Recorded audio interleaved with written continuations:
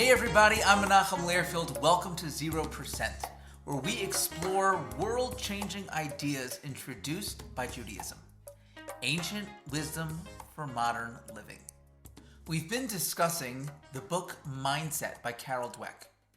And before we continue exploring some of Dr. Dweck's research, it's important to get a little bit of context. Professor Dweck wanted to understand why some people reach their potential while others do not. And she discovered that a person's success has less to do with our abilities and everything to do with our belief about our abilities. She introduced this research at the height of the self-esteem movement.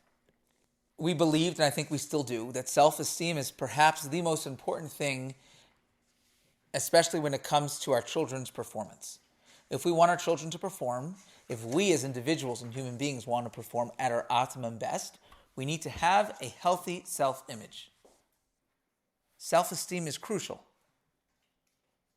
And for decades, parents and psychologists and teachers were operating under the assumption that if we want to increase a child's self-esteem, the best way to do it is through praise and reward.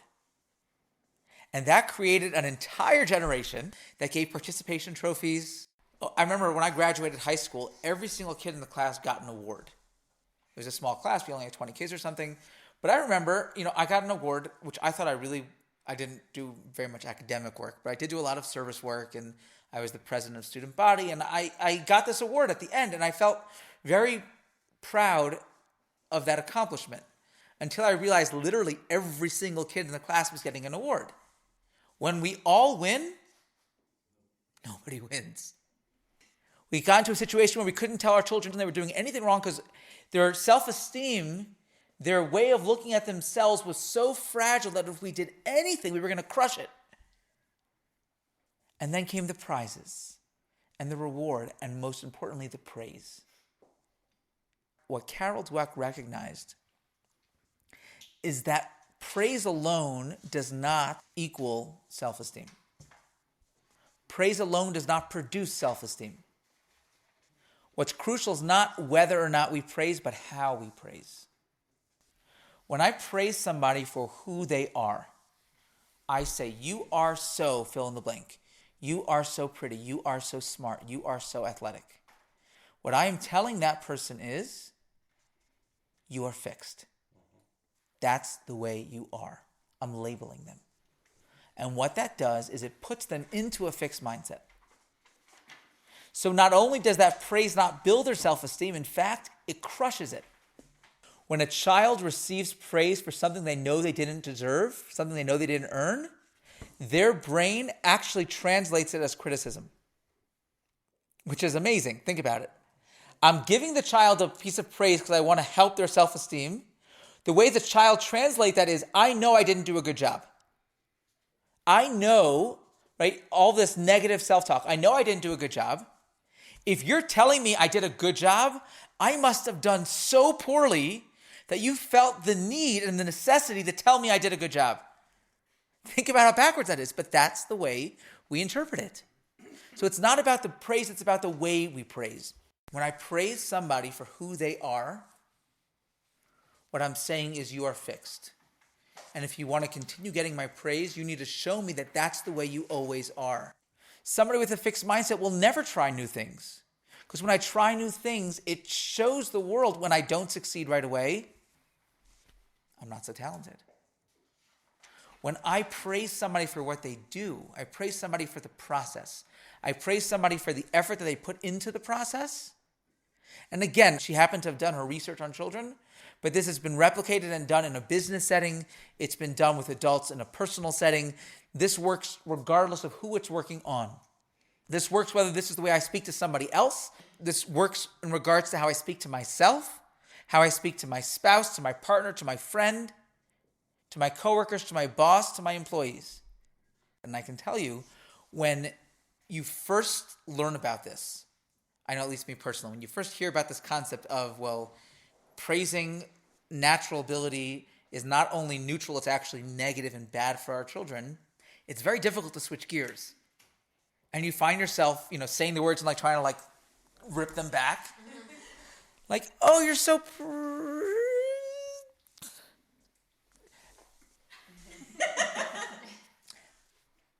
and you find yourself trying to edit because it's a very difficult thing to do to make that paradigm shift. I remember when we used to have an early childhood center, which hopefully we will restart one day. But one of the bases of our early childhood center was the idea of the growth mindsets. And one of the things that we did on a regular basis is I would go in and I would have workshops with the teachers to help them incorporate certain growth mindset philosophies into the classroom, into the way they interacted with the children. And it's actually really difficult to do when it's not the way you were brought up. I mean, think about it. Most of our society, the greatest compliment you can give them is, you're a natural. Wow, you're such a natural. When you think about the types of compliments that make us feel good, what are they? Oh, you look beautiful. I remember when I was living in Israel, I used to sell photographs as a hybrid between a hobby and an excuse for a profession. And I would sell photographs, and I remember somebody once giving me a quote-unquote compliment where they said to me, wow, that's a really beautiful picture. You must have a great camera. And I thought to myself, can you imagine translating that into anything else in the world? Can you imagine going to somebody's house for dinner, and after dinner saying, that was delicious. You must have amazing pots. Your oven must be out of this world. It's obnoxious, but when you think about it, the compliments that make us feel the best are things we did absolutely nothing to achieve. When somebody says that you look beautiful and that's the first thing they mention about you, we should be embarrassed. When the first thing somebody says to you is, you look beautiful, we should be thinking to ourselves, that means that was the first thing the person noticed about me. I didn't do anything for that.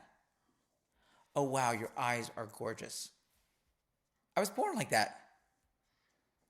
I did literally nothing. You can, say maybe I put on makeup, I worked out. My eyes, I did literally nothing. I was born. That was it. Why do I feel good when someone compliments my eyes? I hear this all the time. After a big lecture, somebody will come up to me and say, wow, you're such a natural. And for many people, and the truth is, for a long time, I would look at that as a compliment and say, wow, because that's a fixed mindset. In a fixed mindset, I want to appear like a natural. I want to get off the stage and for everyone to think, wow, that was so effortless. But for someone with a growth mindset, that's embarrassing. For somebody with a growth mindset, effortless, that's not something to be proud of. In our home, we sit around the dinner table. We'll each share something that was challenging, or what's something that you failed at, what's something you tried you didn't try before, or what's a question that you asked, something that you didn't know the answer to, that you wanted to know, and now you know something that you never knew before. When our children come home and we say, how was school? They're going to say, fine. And even more detrimental, when our children come home, we say, oh, did you have fun today? What we're doing is we're creating an entire generation of children who believe that the ultimate goal of everything we're doing is to have fun. Life is not about having fun. Yes, it's important to have fun in life, but that's not our goal. When my children come home after a long day of school and they tell me they had no challenges that day, my response is, oh, that's so sad. I'm so sorry your brain didn't have a chance to grow today. Usually at that point, they'll come up with something. But our approach totally changes. If we still feel most proud about the things we did absolutely nothing to achieve, that means we're still primarily operating from a fixed mindset. The good news is we can change. One of the most amazing things about our research, and what really got me so drawn to it, was how quickly we can create an onset of a growth mindset versus a fixed mindset. And I've tried this with my own children, and it is remarkable. She brought in groups of children one by one, and they gave them a visual IQ test. The first test was very easy. It was way below their grade level. They gave them the tests, a test that they were all going to do very well at. In one group, there were three groups. There was a group that was praised for effort, a group that was praised for intelligence, and then there was a control group. So in the effort group, they were taking the tests, these visual IQ tests, they were doing these problems, and as they did the problems, the researcher would say to the child, wow, you did really well. You must have worked really hard. You must have really tried hard. To the other group, they said, as each child came in one at a time, they would say to the child, wow, you did really well. You must be really smart at this. Okay, so a difference in one or two words. And what was remarkable, in just seconds, the trajectory of what those children would do was completely changed. Then they gave them a second test. They gave them a choice. They said to the children, would you like to take a harder test? It's a great opportunity to learn and grow. Or would you prefer to take an easier test? I'm sure you'll do really, really well at it. 92% of the kids that were praised for effort chose to do the harder test. 67% of those who were praised for intelligence chose to do the easy one. Now, what happened over here? When the child saw that this adult sitting across from me praised my effort and said, wow, you tried really hard, that gave over the message that what is truly important is not getting it right, but trying, the effort. So when I'm given a choice between one that will show you that I can put in more effort, because it's more difficult, or one that's easy where I'll get it right, because you chose to praise effort, what's important to you is effort, what's important to me now is effort, and I believe that if I try hard, I'll succeed, even if I get the answer wrong. Whereas the child that was praised for being smart, so now what happens is I have this title, I have this label over my head. This person on the other side of the table thinks I'm smart. I'm either smart or I'm not. And I don't want to find out, and I don't want them to find out. If I do the harder test and I get it wrong, what happens to that title I just achieved? It's gone, it's out the window. It shows that I really wasn't smart after all. So the researcher now just put this child into a fixed mindset. So I'm going to take the easier route. I'm going to go with what I know for sure I'll succeed at, because then I'll be even smarter. I got 2 questions right. Then we go to test number 3. Test number 3, all the children were given difficult tests. They didn't have a choice in this one. So those in the group that were praised for effort, they worked harder, they worked longer, they enjoyed the process. They said things throughout the interview like, oh, great, I was hoping we'd have a challenge today. You're like, what kind of children say things like that? But apparently they did. And they said, yeah, thanks for the challenge. Wow. They saw by their facial expressions, they were having a good time. They were enjoying it. The children who were praised for intelligence shut down. They gave up. They became frustrated. What was most amazing is the 4th test. The 4th test, they were given a test just as easy as the first one. The group that was praised for effort did 30% better than they did initially when they took the first test. They improved by 30%. There was a 50% difference between the children who were praised for effort versus the children who were praised for intelligence. How do we understand this?